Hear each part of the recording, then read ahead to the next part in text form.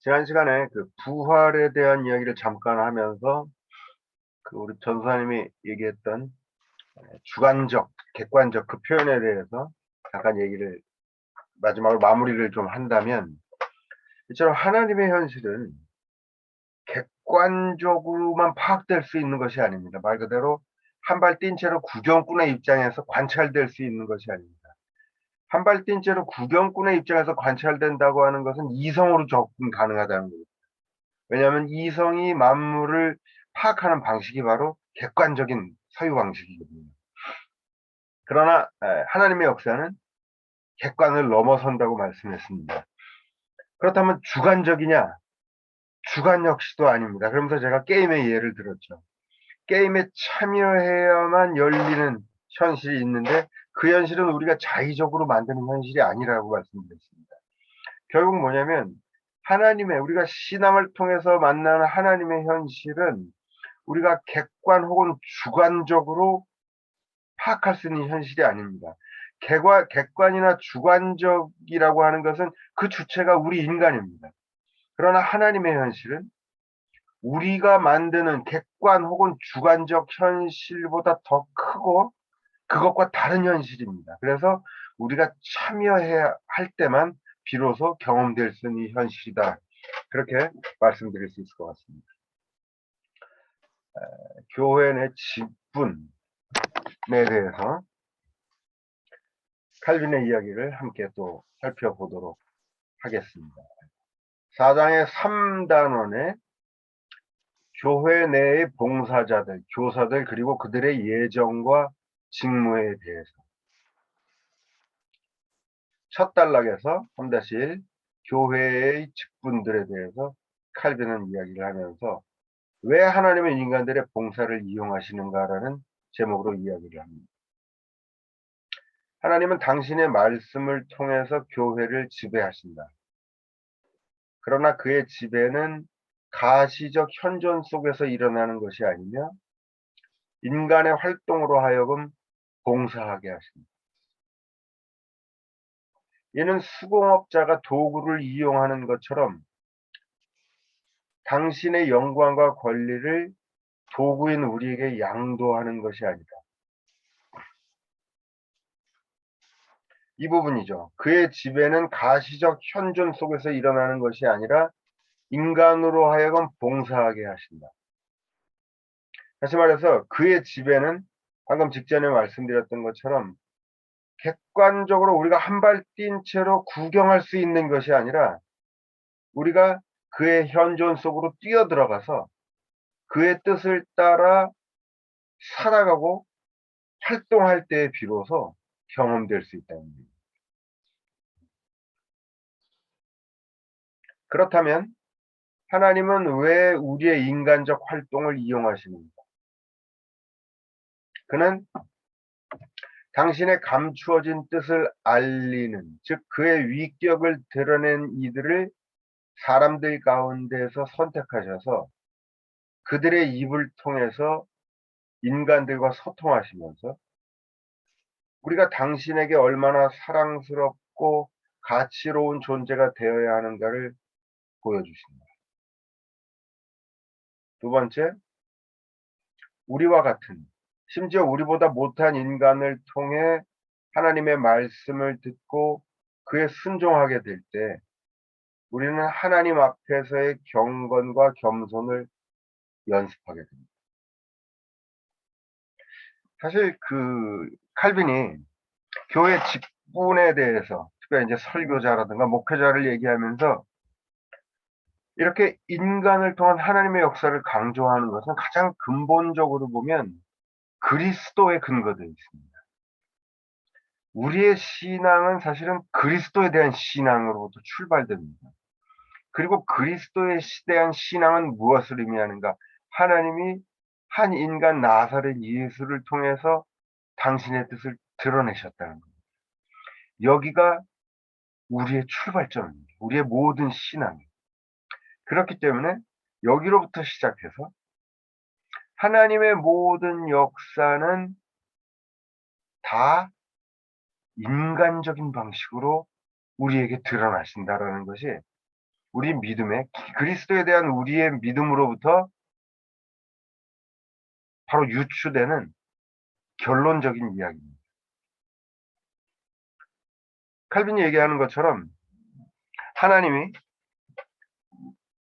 당신의 방식으로, 다시 말해서 순전히 신적인 방식으로만 당신의 뜻을 알리실 때 그것을 듣고 이해할 수 있는 인간은 아무도 없습니다. 우리의 신앙의 출발은 하나님이 한 인간 나사렛 예수를 통해서 당신을 드러내신다. 이것이 우리의 신앙의 출발입니다. 이게 그리스도의 신앙, 기독교 신앙의 스타트입니다.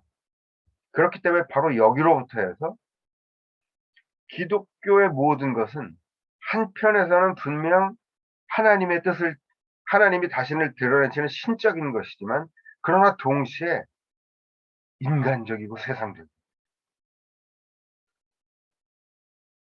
그리고 이 모든 기독교의 한편으로는 신적이며 동시에 인간적인 이 두 가지 차원의 공조는 그리스도에 근거되어 있습니다. 그래서 우리가 신앙 고백을 할 때도 보면 예수 그리스도는 참 하나님이고 참 인간이라고 고백을 하는 것입니다. 교회사적으로 보면 교회는 예수 그리스도가 부활 승천하신 후에 그를 하나님으로, 하나님의 아들로 고백하는 공동체가, 교회가 생겼습니다. 그러면서 교회의 첫째 신학적 과제는 뭐였냐면, 이 나사렛 예수라고 하는 인간이 어떻게 하나님의 아들일 수 있는가, 이것을 신학적으로 정립하는 문제였습니다. 소위 기독론 논쟁이 있습니다. 한편에서는 나사렛 예수는 인간이 아니라 사실은 인간처럼 보이지만 신이었어. 이런 입장을 주장한 편이 있었습니다. 소위 가현설 같은 겁니다. 그건 인간처럼 보였지만 그건 가짜로 드러난 모습이고 진짜는 신이다. 그러나 이렇게 얘기가 되면 예수 그리스도의 인성이 훼손됩니다. 다시 말해서 참 하나님일 수는 있지만 참 인간일 수는 없습니다. 그래서 이 가현설 같은 경우는 이단으로 배척됩니다. 그랬더니 이제 정반대편에서 신이라기보다는 신보다 못한 그런 존재, 소위 양자설 같은 게 또 등장하는 거예요. 그러나 이런 주장에서는 정반대로 이제 예수의 인성은 살릴 수 있지만 예수의 신성을 훼손하게 됩니다. 그래서 이 또한 교회는 받아들이지 못했습니다. 한 100년 가까이 기독론 논쟁이 계속되면서 출발점이 어디였느냐? 예수가 어떻게 참 인간이며 참 하나님일 수 있는가, 이것을 논하고 증명하자라고 시작을 했습니다. 논쟁의 과정 속에서 신성만 강조되는 것 잘라내고, 또 반대편으로 인성만 강조되는 것도 잘라냈습니다. 그리고 마지막 결론은 뭐냐? 예수는 참 하나님이고 참 인간이다. 이렇게 결론이 냈습니다. 다시 말해서 예수가 어떻게 참 하나님이고 참 인간인가를 입증하기 위해서 논쟁을 벌이고 시작했지만 긍정적으로, 적극적으로 입증하지는 못한 채 부정적으로 아닌 것만을 잘라내고 원점으로 다시 돌아온 셈이었습니다. 그리고 오늘 우리는 여전히 예수는 참 하나님이고 참 인간이다라는 신앙의 핵심 명제를 붙들고 살아갑니다. 어떻게가 사실 중요한데, 이 부분에서 칼빈은 1번과 2번에서 이렇게 얘기합니다. 예수를 신성과 인성이 혼합된 존재로 이해하는 것은 결국 그를 신도 아니고 인간도 아닌 제3의 존재로 만드는 것이다, 이렇게 얘기합니다. 왜냐하면 신은 100% 신일 때 신입니다. 그리고 인간 또한 100% 인간일 때 인간입니다. 신과 인간이 혼합된 존재는 신도 인간도 아니라는 거예요.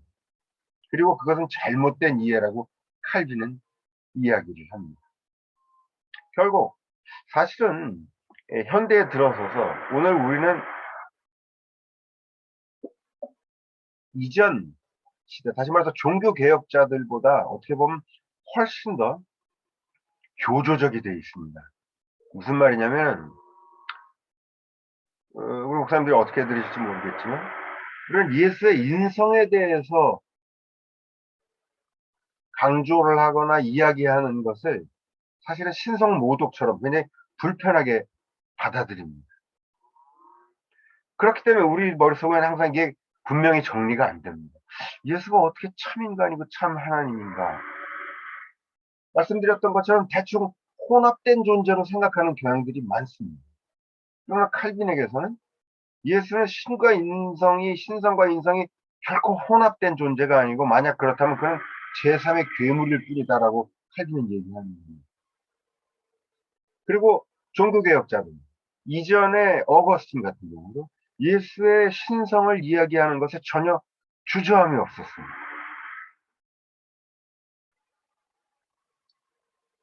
왜냐? 예수에게서 우리와 같은 100% 인성이 확보될, 그리고 또 동시에 100% 신성을 고백할 수 있을 때, 비로소 예수는 하나님과 우리 사이에 있는 진정한 중보자가 될 수 있기 때문입니다. 결론적으로 이야기를 한다면, 예수는 우리와 같은 인간으로서, 그러나 우리와는 달리 하나님의 뜻을 100%다 드러냅니다.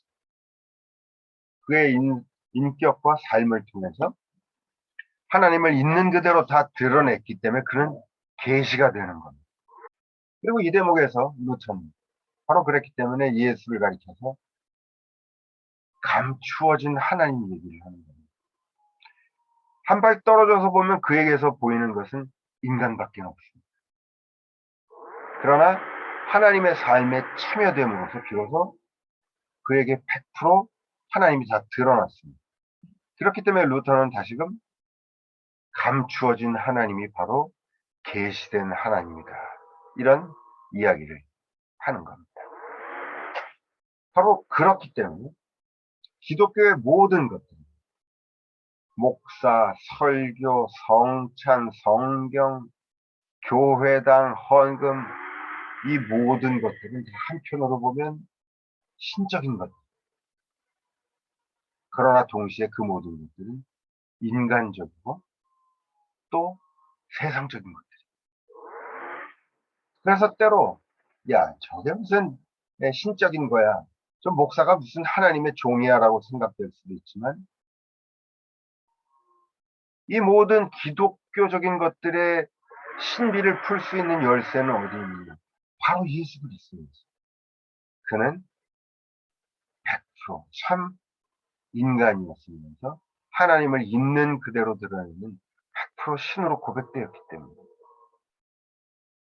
바로 그 고민을 칼빈이 다시 하는 겁니다. 때로 우리보다 못한 이들을 통해서 하나님이 당신의 뜻을 드러내시는데 이걸 우리가 어떻게 받아들일 수 있느냐.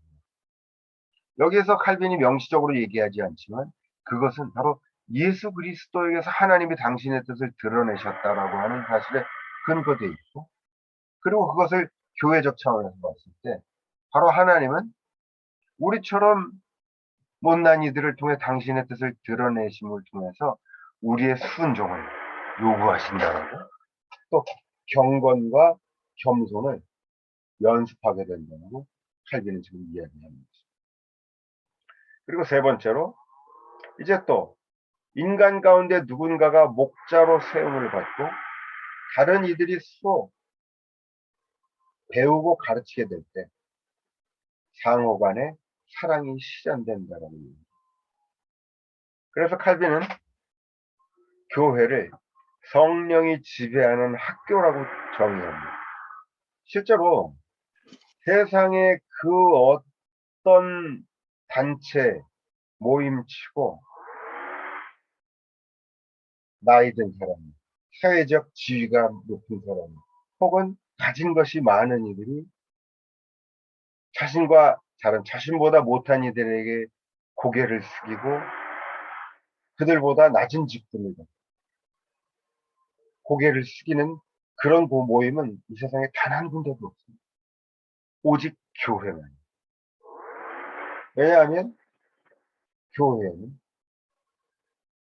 하나님의 영이 함께 하시고 하나님 안에서 모두가 서로 가르치고 또 서로 배우는 그런 공동체이기 때문에. 그래서 교회 안에는 세상의 그 어떤 모임에도 지배되지 않는 전혀 새로운 질서가 지배하고 있습니다. 바로 서로 섬기며 또 서로 불쌍히 여기고 성령 안에서 서로 사랑하는 질서입니다. 3-2로 넘어가겠습니다.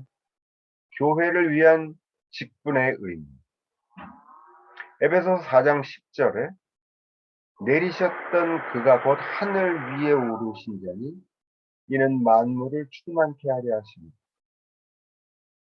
여기에서 충만케 하심이란 그가 직분을 허락하시며 은혜를 허락하신 봉사자들을 통해서 여기 또 나왔죠. 특정한 의미에서 교회의 현존하심을 의미합니다. 계속 말씀드리지만 칼빈이 특정한 의미에서라는 단어를 쓸 때 이것은 뭐냐면 그리스도가 하나님이 우리를 도구로 사용하시지만 우리에게 자신의 신성을 완전히 양도하시지 않습니다. 하나님이 나사렛 예수를 통해서 역사하시지만 나사렛 예수의 인성과 신성이 혼합된 존재로 나사렛 예수를 만드시지 않습니다. 사실 우리가 이 부분을 찾고 혼동을 하기 때문에 골치 아픈 질문들이 많이 생깁니다. 야, 예수님이 십자가에 못 박혀 돌아가셨어? 돌아가시면서 그렇게 고통스러워 하셨어. 그거 쇼 아니야? 이런 생각까지 드는 겁니다. 그리고 그가 신이었다면 왜 그렇게 무력하게 죽어야 되느냐? 이 모든 질문들이 왜 생기냐면 예수를 인성과 신성이 혼합된 존재로 여기기 때문입니다.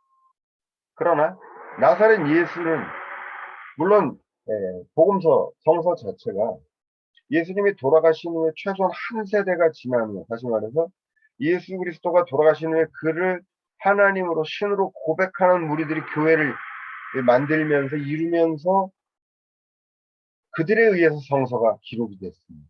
다시 말해서 예수를 이미 하나님의 아들로 고백하는 교회에 의해서 성서가 기록이 되면서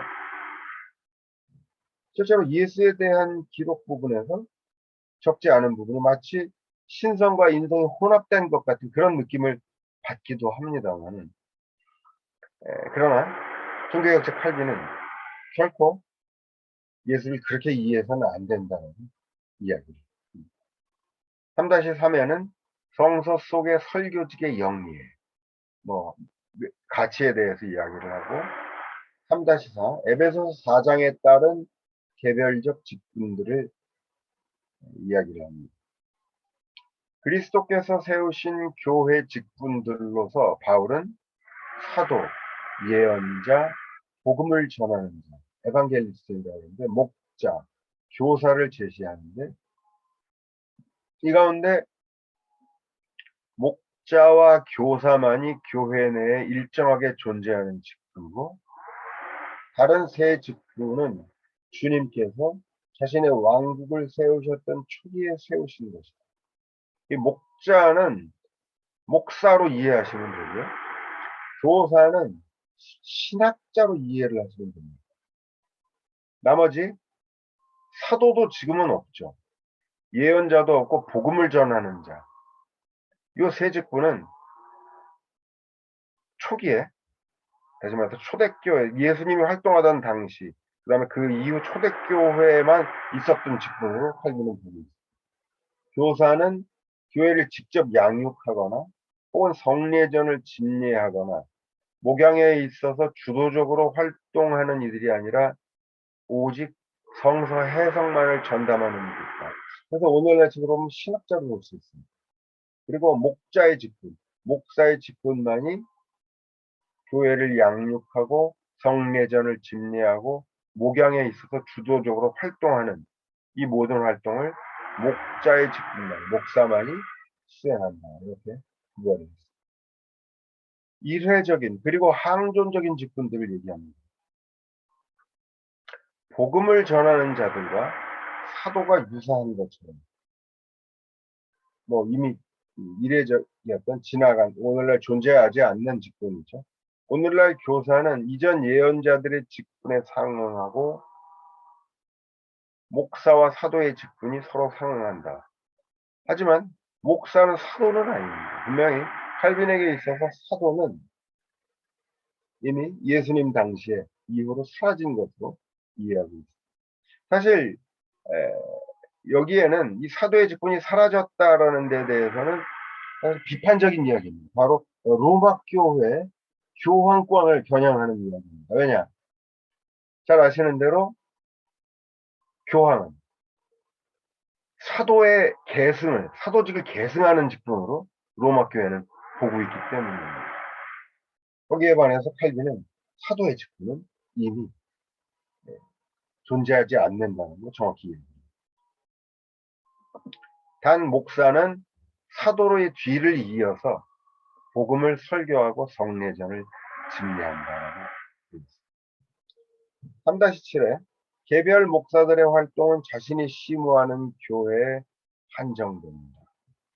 사실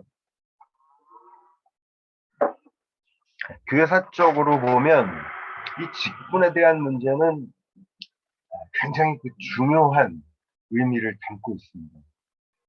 오늘날에는 뭐 개교회주의가 워낙 팽배해서 지난 시간에도 잠시 말씀드렸지만 교회는 세상의 단체나 집단과는 다릅니다. 세상의 집단이나 단체, 하다못해 뭐 동호회 같은 것도 보면 그 이니시어티브를, 다시 말해서 그 주도권을 인간이 가지고 있습니다. 그래서 내가 원하면 만드는 겁니다. 취미 동호회들은 내가 같은 취미를 가진 사람들끼리 뜻을 모아서 동호회를 만들고, 또 어떤 집단은 특정한 목적을 가진 집단이 있는데 그 집단에 내가 동의하면 가입이 됩니다. 다시 말해서 세상의 모든 집단이나 단체들은 그 출발과 목표가 다 인간 편에 있습니다. 반면에 교회는 우리가 원해서 우리가 발기해서 세우는 것이 아닙니다. 그리스도의 찾아오심으로 인해서 우리가 그의 몸으로 모이게 된 겁니다. 여기에서 이제 나오는 첫째 문제는 교회의 하나됨의 문제입니다. 오늘날 에큐메니컬 얘기를 많이 하고 반대하는 쪽도 많은데 사실은 교회의 근원에 대해서부터 생각을 하다 보면 교회는 우리가 원해서 만든 것이 아닙니다. 그리스도가 오늘도 우리를 찾아오셔서 우리로 하여금 모이게 만드시고 그의 뜻을 드러내게 만드시는 것입니다. 그런 의미에서 그렇기 때문에 교회는 근본적으로 하나입니다. 그리고 각 지교회들, 물론 상이한 콘텍스트 속에서 살아가는 우리들이, 상이한 지역과 문화 역사적 배경 속에서 살아가는 교회들이 상이한 형태의 지교회들의 모습을 가질 수는 있지만 그럼에도 불구하고 이 모든 개교회들이 구성원들의 의지로 모여진 것이 아니기 때문에 근본적으로 모든 교회는 하나입니다. 그리고 바로 이 부분에서 이제 교회 하나됨과 관련해서 교회가 하나이라는 사실을 그러면 무엇을 통해서 할 수 있는가? 다시 말해서 교회가 우리 인간의 편에서 발기되고 지탱 유지된 것이 아니라는 징표가 무엇인가를 드러내는 가장 확실한 징표는 사도였습니다. 사도는 그리스도가 부르시고 택한 이들이었기 때문입니다. 사도는 지교회에서 세운 것이 아니었습니다. 그래서 사도는 어느 지역에 어느 교회들이 있던 간에 사도권, 모든 교회에서 다 인정됐어요. 그리고 사도의 직분이야말로 교회가 그리스도로부터 시작됐고 그리스도 안에서 모든 교회가 하나라는 사실을 입증하는 것이 바로 사도를 인정하는 것이죠. 바로 그래서 로마 교회가 사도권을 교황을 통해서 끊임없이 계승된 것을 주장하는 것도 바로 이 때문입니다. 왜냐? 교황을 통해서 사도권이 계승된다라고. 그래서 교황이야말로 사도라고 하는 사실을 딱 붙잡으면서 로마 교회는 전 세계에 흩어져 있는 모든 로마 교회들을 하나로 묶습니다. 종교개혁이 일어나면서 루터는 로마 교회가 가지고 있는 이 직분이 갖는 어마어마한 신학적 의미를 그대로 거의 넘겨갔어요. 그래서 뒤에 나가면 얘기가 되는데 우리 장로교는 감독이 없습니다. 그죠? 에피스코파트라 그러는데 주교 혹은 뭐 감독 여러 가지로 번역이 되는데 그러나 루터 교회는 감독, 주교 직분이 아직도 있습니다. 그리고 그 주교회를 통해서 상징되는 것은 무엇이냐? 모든 지교회들이 이 주교라고 하는 직분을 통해서 그것을 인정하면서 모든 루터 교회는 하나다라고 하는 사실을 고백하는 겁니다. 그래서 이 감독, 주교직은 루터 교회에게 있어서 아직도 교회의 하나됨을 그리스도로부터 교회가 시작됐음을 고백하는 상징과도 같습니다. 재미있는 것은요. 루터 교회는 루터 당시 멜랑이톤이 만들어냈던 CA라 그래서 컨페시오 아우구스타나 그 신앙 고백문이 있습니다. 아우구스타나 신앙 고백이라고 하는 것을 종교개혁 당시 멜랑이톤이 기초하고 만드는데 그것을 아직까지 유일한 신앙 고백으로 가지고 있습니다. 반면에 장로교회는 헬빈이 제네바에서 종교개혁을 일으키면서 제네바 신앙 고백문을 2권을 만듭니다. 영국으로 가면서 스코티시, 그 스코틀랜드 신앙 고백이 나오고 또 웨스터민스터 신앙 고백도 나오고 또 현대 들어서 2차 대전 당시에 바르멘서는 신앙 고백도 나옵니다. 칼빈으로부터 시작된 개혁교회 신학은 이처럼 하나님께서 다양한 인간의 상황 속에 찾아오셔서 그들에 맞게 당신의 뜻을 드러내심을 그래서 하나님 말씀이 갖는 역동성을 가지고 있습니다. 그래서 칼빈에게 있어서는 외적인 획일화가 중요하지 않습니다. 오히려 외적인 획일화는 로마 교회나 혹은 루터 교회가 아직도 가지고 있는 외적인 획일화는 진정한 의미에서 하나됨이 아니라고 합니다. 진정한 하나됨은 어디냐?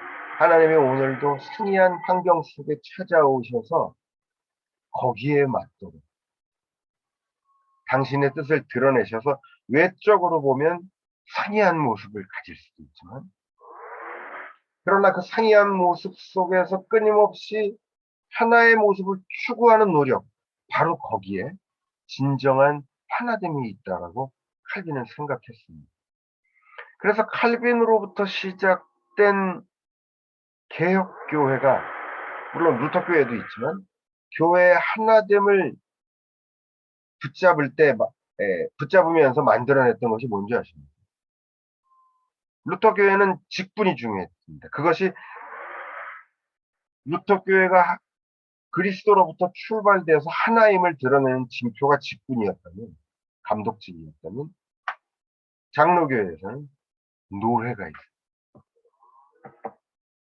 노회의 출발점은 루터교회 직분처럼 하나님이 그리스도가 우리를 찾아오셔서 오늘도 우리와 함께 역사하신다는 사실, 상이한 환경 속에 거기에 맞게 역사하시는 하나님의 역사를 드러내는 것이 바로 노회였어요. 그래서 노회는 각 지역마다 상이한 결정을 내릴 수 있습니다. 지역 상황에 맞게. 그러나 그럼에도 불구하고 노회의 존재는 교회의 하나됨, 교회가 그리스도를 통해서 일어난 하나임을 드러내는 장로교의 표징이었습니다.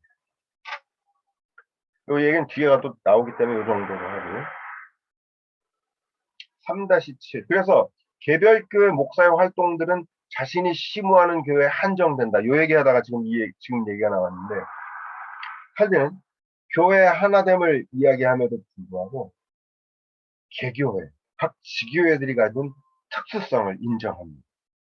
그래서 개별 목사들의 활동은 자신이 심우하는 교회에 한정된다고 이야기합니다. 그러나 이것이 모든 교회의 하나됨을 결코 부인하는 것이 아니고 오히려 정반대입니다. 이 표현은 칼빈이 하나님의 역사, 하나님의 말씀을 이해하는 방식 때문입니다. 하나님은 상이한 역사에 거기에 맞춰서 역사하시기 때문에 모든 교회는 그리스도를 통해 하나임에도 불구하고 각 상황에 맞는 목회 자율성을 인정합니다. 그리고 여기 또 한 가지 지적해야 될 부분은 항존적인 직분들, 3-5에 이례적인 그리고 항존적인 직분들을 얘기했는데, 이 장로교에서, 한국 장로교에서 이걸 알고 일부러 그런 건지 아니면 고의적으로 그런 건지 모르는데, 우리가 항존직이라는 거 있지 않습니까? 칼빈에 의하면 항존직은 오늘 우리가 말하는 항존직과는 개념이 완전히 다릅니다. 우리가 말할 때 교회 안의 항존직은 뭡니까? 속된 말로 죽을 때까지 하는 거죠. 그래서 요새 70세죠, 보통. 은퇴할 때까지 하는 게 항존직으로 우리는 받아들이지만, 칼빈이 말했던 항존직의 원래적 의미는 70세까지 하는 게 항존직이 아니라 어느 시대나 늘 존재하는 직분. 그래서 목사, 장로, 집사를 얘기합니다. 한국교회는 이 항존직을 은퇴할 때까지 하는 걸 이해를 하는 거예요. 그래서 요거는 조금 이해가 잘못됐다는 말씀을 드립니다. 실제로 요새도 이제 한국교회 그런 개교회들이 정관을 만드는 경우들이 있는데, 독일에도 보면은 장로님 직분 같은 경우에 5년 임기를 두고 매년 5년마다 선거를 하는 경우들이 많습니다. 제가 심호하던 교회, 이제 독일 교회를 빌려서 한인 교회를 했는데, 거기도 보면 이제 독일 교회에서 파트별로 이제 장로들이 있어요. 한 번은 이제 우리가 독일 교회랑 같이 뭐 연합해서 음악 행사를 하기로 했는데, 독일 목사님이 그러더라고. 잠깐만 있으라고. 우리 음악 장로님 올 거라고. 그래서 기다려서 왔는데 젊은 애가 하나 들어와요. 대학생이에요. 음악 전공하는. 그 친구를 그 교회에서 5년마다 장로로 선출을 한 거예요. 그러니까 사실 굉장히 기능적으로 이제 뽑은 거죠. 그 대학에 가면은 제가 같은 동네니까 학교 가면 학교에서 가끔 만납니다. 그 친구. 하여튼 그랬던 적도 있습니다만. 이렇게 얘기를 하면 이제 장로님들이나 교회에서는 그럼 목사도 임기제 하자. 이제 뭐 그렇게 말씀을 하실 수도 있겠죠. 목사님도 요새 뭐 임기제 하는 교회들이 간혹 있죠. 교회 정관을 마련해서. 네, 이 얘기는 뭐 끝나고 다시 한번 또 해보겠습니다. 3-8. 말씀의 봉사자들을 위한 호칭들. 치리자로서의 장로. 성서는 감독, 장로, 목회자라는 호칭들을 동일하게 말씀을 위해 봉사하는 자라는 의미에서 사용합니다. 그 외에는 바울이 여러 봉사들을 나열하지만, 한번 넘어가 보죠. 여기에서는 한시적이라기보다는 항존적 의미를 갖는 직분들, 즉 교회를 치리하고 가난한 자들을 돌보는 직분들에 대해서 논하고자 합니다. 여기서 이렇게 항존직에는 교회를 치리하고 장로죠. 가난한 자들을 돌보는 직분, 집사직에 대해서 이야기를 해야 됩니다. 그 이외에도 바울이 여러 봉사들을 나열했다. 그래서 고린도서 12장 28절 이하에 보면 하나님이 교회 중에 몇을 세우셨으니 첫째는 사도요, 선지자요, 셋째는 교사요, 요 능력을 행하는 자, 병 고치는 은사와 서로 돕는 것, 뭐 방언을 말하는 것. 요런 한시적인 은사들을 또 있었다라고 바울은 얘기를 해요. 다스리는 자란 장로로서 감독과 함께 치리하는 자이고 한시적이기보다는 항존적 직분. 어느 시대나 늘 있어 왔던 직분이다. 뭐 구약에 이미 아론, 모세 시대에도 장로들에 대한 언급이 나오죠. 집사 직분, 가난한 자들을 위한 보살핌은 집사들에게 맡겨서 로마서 12장 8절에 보면 구제하는 자는 성실함으로 긍휼을 베푸는 자는 즐거움으로 할 것이니라는 바울의 말씀처럼 집사직은 구제를 관리하는 직분과 직분이 아니라 직분과 이를 직접 행하는 직분으로 나뉠 수 있다. 그래서 이제 여기서 나오는 게 이제 한국 교회 보면은 회계 집사님들이 이제 구제를 관리하는 직분에 속하겠죠. 나머지 집사님들은 직접 행하는 직분으로 그렇게 구분이 되는 것 같습니다. 두 번째 단락에서는 직분자의 임직에 대한 이야기가 나옵니다. 부르심에 대한 투철한 소명의식과 실행 능력 없이 임직이 이루어져서는 안 됩니다. 그리고 외적이고 내적인 소명이 모두 필요하다. 누가 교회의 봉사자가 될 수 있는가? 감독의 자격, 디도서와 디모데서에 나와 있고요. 장로와 집사의 자격도 또한 여기 이렇게 나와 있습니다. 피택은 어떻게 이루어지는가? 금식과 기도로. 대충 그런 내용이고요. 누가 임직을 집행하는가? 목회자는 목사입니다. 인간들에 의해 선택되는 것이 아님에도 불구하고 교회 절차에 따라 임직되어야 합니다. 사도행전 13장 2절 이하에 보면 안디옥 교회에서 주를 섬겨 금식할 때 성령이 이르시되 내가 불러시키는 일을 위하여 바나바와 사울을 따로 세우라 하시니 이에 금식하고 기도하며 두 사람에게 안수하여 보냅니다. 여기에서 보도되는 것처럼 성령의 역사에도 불구하고 기도와 안수가 왜 필요했겠는가? 주님은 교회 질서를 이용하시기 때문입니다. 여기서도 이제 나오는 것이 그리스도를 근거로 해서 한편에서는 하나님의 활동이죠. 동시에 100% 그것은 인간적인 모습으로 드러난다는 겁니다. 그래서 칼빈은 철저하게 현실 교회의 모습을 그대로 인정을 합니다. 그러나 그것이 그 자체로 신적인 의미를 갖는 것이 아니라 하나님이 그것을 이용하시는 한에서 칼빈은 교회의 절차를 인정합니다. 마띠아를 선출할 때도 잘 아시는 것처럼 가룟 유다가 죽은 후에 한 명을 뽑는데 그때에도 또 제자들이 할 수 있는 최선의 방식으로 제비를 뽑죠. 3-15에 다음 질문은 봉사자, 목회자가 온 교인들에 의해서 선출되어야 하는지 혹은 동역자들과 장로들에 의해서 혹은 개인적 권위에 의해서 임직되어야 하는가. 바울은 디모데와 디도를 선택했을 때 감독을 선출할 때 공적 선택을 받는 당시의 관습을 따랐고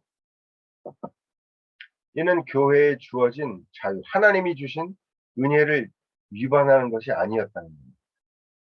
그러므로 키프리안에 따르면 목사의 임직은 올바른 진행을 위해서 회중 모두의 판단에 따라야 합니다. 그러므로 목사의 임직은 회중의 분명한 판단과 인정을 근거로 합당해 보이는 일을 선택하는 것이 바로 하나님 말씀에 합한 것이고 이를 집례하는 것은 다른 목회자들에게 위임됩니다. 사실은 오늘날 이제 많은 대부분의 교회들이 다 그렇죠. 목사님들을 청빙하거나 임직할 때 공동회의를 통해서 혹은 다른 이름으로 뭐 총회나 이런 것을 통해서 모든 성원들의 뜻을 따라서 목사님을 청원하기도 하고 혹은 뭐 해임을 결정하기도 하는 것도 바로 이 칼빈의 이런 사고로부터 시작이 됐습니다. 심지어 이제 칼빈은 얘기합니다. 목사에게만 그리스도의 영이 임하는 것이야. 이 목사가 올바로 하나님의 말씀을 선포하는지 그것을 판단할 능력은 공동체에게 성령을 통해 주어져 있다는 겁니다. 그래서 이것이 이제 보면 상당히 그 소위 말하는 민주주의적으로 보이죠. 그리고 심지어 아까 노예도 얘기했습니다마는 노예로부터 의회 민주주의가 시작되었다라고 하는 것은 거의 뭐 요새 정론처럼 얘기가 되고 있습니다. 그러나 근본적으로 형태적으로는 동일해 보이지만 뿌리는 완전히 다르죠. 민주주의는 기본적으로 인간 개개인의 주권을 인정하는 반면 교회가 가지고 있는 노예라든가 이런 모습들은 하나님이 인간적으로 역사하시기 때문에 그런 한에서 인간적인 모습을 인정해요. 그래서 엄밀히 말하면 요새 뭐 교회 내 민주화 얘기를 많이 하지만 교회는 민주주의가 지배하는 곳이 아닙니다. 교회는 신주주의가 지배하는 거죠. 한시적이고 임시적으로 민주주의의 도구들을 사용하죠. 다수결이라든가. 그러나 그럼에도 불구하고 다수의 뜻이 100% 하나님의 뜻을 담보한다라고 믿어서는 또 안 됩니다. 그래서 교회의 모든 결정은 그것 자체로 절대적인 하나님의 뜻이 아닙니다. 그것은 임시적이고 한시적인 그런 의미만 가지고 있을 뿐입니다. 3-16 보겠습니다. 임직 관련해서 사도들이 누군가를 임직할 때 행했던 안수는 히브리 전통에 따르는 것입니다. 그래서 이스라엘은 누군가를 축복하거나 임직시킬 때 안수를 거행했습니다. 우리가 잘 아는 대로 창세기 48장 14절에 보면 야곱이 요셉의 두 아들이죠. 에브라임과 므낫세에게 안수를 하는 장면이 나옵니다. 또 마태복음 19장 15절 이하에 보면 예수님이 어린 아이들에게 안수하시는 장면입니다. 이 안수라고 하는 것은 이스라엘 전통의 속에서 축복하거나 어떤 직에 임직을 할 때 했던 것으로 칼빈은 이해했습니다. 그리고 구약의 율법에 따르면은 유대인들은 제사를 지낼 때 희생 제물들에게도 안수를 했다. 그리고 임직자들을 위한 사도들의 안수도 바로 이런 의미에서 그들을 하나님께 희생 제물로 드린다는 의미에서 이해돼요. 물론 사도들은 성령의 가시적 은사들을 주기 위해서 안수를 행한 적도 있다. 사도행전에 보면 안수를 했더니 뭐 방언이 나오고 은사들이 생기고 뭐 이런 장면도 있습니다만 칼빈은 이 부분에 무게중심을 절대 싣고 있지 않습니다. 보시죠. 어찌되었건 안수는 교회 직분의 임직을 위한 보편적인 관례로서 이를 통해 사도들이 목사, 교사, 집사들을 임명했기 때문에 이는 하지만 안수는 오늘 교회가 받아들여야 하는 계명과 같은 것으로 여겨져야 합니다. 그리고 이 표징, 안수는 회중으로 하여금 직분의 가치를 인정하게 만들고 임직자에게는 이제부터 자신을 위해 사는 것이 아니라 주님과 교회를 위해 봉사하는 자로 살아야 함을 일깨우게 됩니다. 게다가 성령이 교회에 세우신 것은 무의미한 것이 없기 때문에 안수가 미신적으로 오용되지 않는 한 임직자는 안수가 유익한 것임을 알아야 합니다. 재밌죠? 안수가 미신적으로 오용돼서는 안 된다. 그리고 그런 한에서 안수는 유익한 것이다. 그리고 또 모두가 아니라 목사들만이 임직자들에게 안수를 해야 되고 안수가 많은 이들에 의해 집례되는가는 성서적으로 확실치 않지만 소수에 의해 바울, 바나바 등에 의해서 집례되었던 것은 분명하다. 칼빈은 이 안수를 목사들만이 하는 것으로 이해를 하고 있습니다. 재밌는 것은 디모데후서 1장 6절 이하에 내가 나의 안수함으로 디모데 네 속에 있는 하나님의 은사를 다시 부릴 듯 하게 하기 위해서 내가 안수했다. 이런 대목이 나오는데 칼빈은 분명히 얘기합니다. 이때 바울이 디모데에게 안수했을 때 바울의 옷소매에 신비한 어떤 능력이 디모데에게 건너간 것이 아니다라고 얘기해요. 사실 이 안수에 대한 이야기는 또 굉장히 비판적인 얘기입니다. 왜? 당시 로마, 오늘날도 그렇습니다만 로마 교회가 사도권이 계승된다 되기 위해서 교황 또 추기경들을 세울 때 바로 그 사도권이 계승되는 신비한 절차의 핵심이 바로 안수에 있다고 보기 때문입니다. 그런데 칼빈으로부터 시작된 개혁교회, 최소한 칼빈은 안수를 그런 것으로 보고 있지 않습니다. 그래서 오늘날도 보면 목사 안수식 이렇게 표현을 많이 하는데 안수라고 하는 행위에 과도한 신학적인 의미가 실렸습니다. 그것은 로마 교회는 가능할지 모르지만 개신교, 특별히 개혁교회, 장로교회는 맞는 이해가 아닙니다. 그래서 목사 관수식보다 목사 임직식 이렇게 이름을 바꾸는 것이 훨씬 더 바람직하겠다 그런 생각은 듭니다. 칼빈에게 있어서는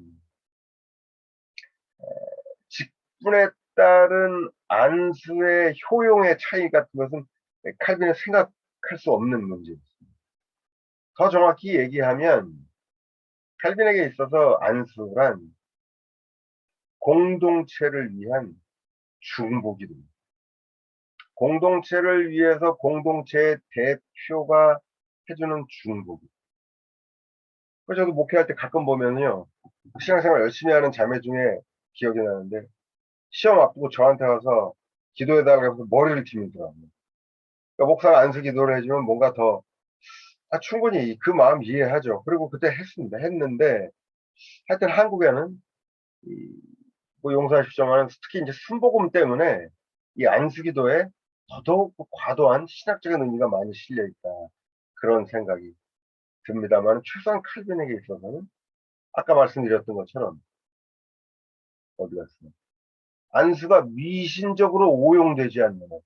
이 모든 것들은 칼빈이 봤을 때는 다 미신적 이해에 속하는 것들을 볼 수 있습니다. 예, 오늘 대충 요 정도 말씀을 드릴 수 있을 것 같습니다.